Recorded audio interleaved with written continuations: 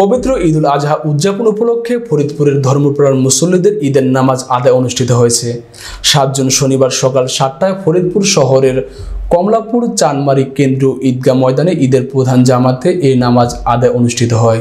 চানমারি ঈদের জামাতে অংশ নেন ফরিদপুরের জেলা প্রশাসক মোহাম্মদ কামরুল হাসান মোল্লা। সেখানে তিনি সর্বস্তরের মুসল্লিদের সঙ্গে ঈদুল আজহার নামাজ আদায় করেন। পরে তিনি সকলের সঙ্গে শুভেচ্ছা বিনিময় করেন। প্রধান ঈদের জামাতে আরও অংশ নেন ফরিদপুরের সিভিল সার্জন ডাক্তার মাহমুদুল ইসলাম, অতিরিক্ত জেলা প্রশাসক মোহাম্মদ সোহরাব হোসেন সহ ফরিদপুর পৌরসভা পুলিশ বিভাগ, জেলা প্রশাসনের কর্মকর্তারা, বিচার বিভাগের কর্মকর্তারা, প্রেস ক্লাবের সদস্যরা, এছাড়াও বিভিন্ন রাজনৈতিক দলের নেতৃবৃন্দ, সাধারণ নাগরিক এবং সামাজিক ও সাংস্কৃতিক সংগঠনের নেতারা অংশ নেন। ঈদের নামাজ এবং বিশ্ব মুসলিম উম্মাহর শান্তি কামনায় দোয়া ও মুনাজাত পরিচালনা করেন শহরের শাহ ফরিদ দরগা মসজিদের ইমাম মাওলানা আবুল কালাম আজাদ। এর আগে ফরিদপুর জেলায় ঈদের প্রধান জামাতে অংশ নিতে সকাল থেকেই কয়েক হাজার মুসল্লি চানমারি ঈদগাহ ময়দানে সমবেত হন। নামাজ শেষে ধর্মপ্রাণ মুসল্লিরা ঈদুল আজহার নামাজ আদায় করেন এবং একে অপরের সঙ্গে ঈদের শুভেচ্ছা বিনিময় করেন।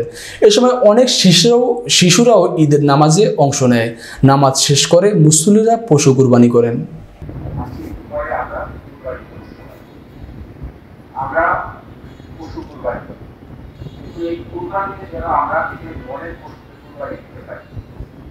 আমরা যেন দিনের মধ্যে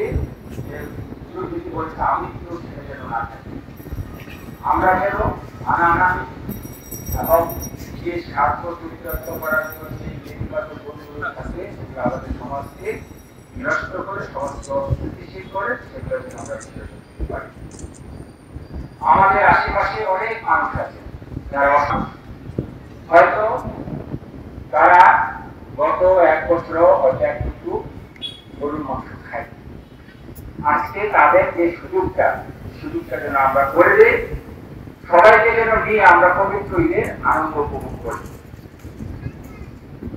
আর আমরা যেন সমাজে শান্তি শৃঙ্খলা যাতে থাকে সেই কাজগুলো করি।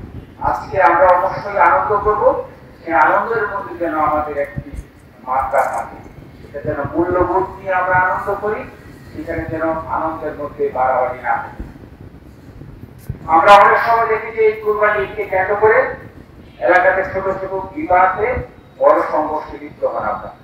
আমরা আপনাদেরকে বিনীতভাবে অনুরোধ জানাবো যেন সামগ্রিকভাবে আইন শৃঙ্খলা পরিস্থিতি আমরা ঠিক রাখি। আর আজকে আপনারা জেনে অনেক আনন্দিত হবেন যে সরকারের পক্ষ থেকে এই পশু কুরবানি দেওয়ার পরে চামড়া প্রক্রিয়াজাতকরণের জন্য সরকার প্রত্যেকটি এতিমখানাকে বিনামূল্যে লবণ সরবরাহ করেছে। আমরা ফরিদপুর জেলায় 135 মেট্রিক টন লবণ বিভিন্ন এতিমখানা মাদ্রাসাগুলোকে আমরা দিয়েছি। এই সরকারের যে কর্মসূচি অথবা সরকারের যে চেষ্টা, সেখানে যেন আমরা আমাদের যে সম্পদ আমরা সেটাকে যেন ভালোভাবে সংরক্ষণ করে রাখি। আরেকটি বিষয় সেটি হচ্ছে, আপনাদের যদি নির্দেশনা অনেকে হয়তো জেনে আছেন, অনেকে হয়তো জানেন, সেটি হচ্ছে যে এই কুরবানির পশুর চামড়া ঢাকা শহরে 10 দিন প্রবেশ করবে না। সেটি যেন আপনারা অবগত থাকেন, কারণ আপনারা হয়তো চামড়া নিয়ে ঢাকার প্রবেশদ্বারে ঢুকবেন, কিন্তু ওখান থেকে আইন শৃঙ্খলা বাহিনীর লোকজন আপনাদেরকে বিরত রাখবে। সুতরাং এই প্রক্রিয়াজাতকরণের জন্য কিন্তু সরকারের এই প্রচেষ্টা 135 মেট্রিক টন লবণ আপনাদেরকে দিয়েছে। আর চামড়াগুলো যেন নষ্ট নয়, তাতে সম্পদ বিবেচনা করে আমরা যেন এটা রক্ষণাবেক্ষণ করি। আর পরিশেষে আপনাদেরকে বলতে চাই, আমরা এই অসুস্থ সেটা যেন আমরা আজকে বিসর্জন দিতে পারি। আমরা যেন ভ্রাতৃত্ব বন্ধনে সকলের সাথে সকলে মিলে এই ফরিদপুরকে এগিয়ে নিয়ে যেতে পারি এবং এই দেশকে এগিয়ে নিয়ে যেতে পারি। আপনাদের মধ্যে দেশপ্রেম থাকলে সমস্ত কিছুই সম্ভব। আর দেশপ্রেম ইমানের অঙ্গ।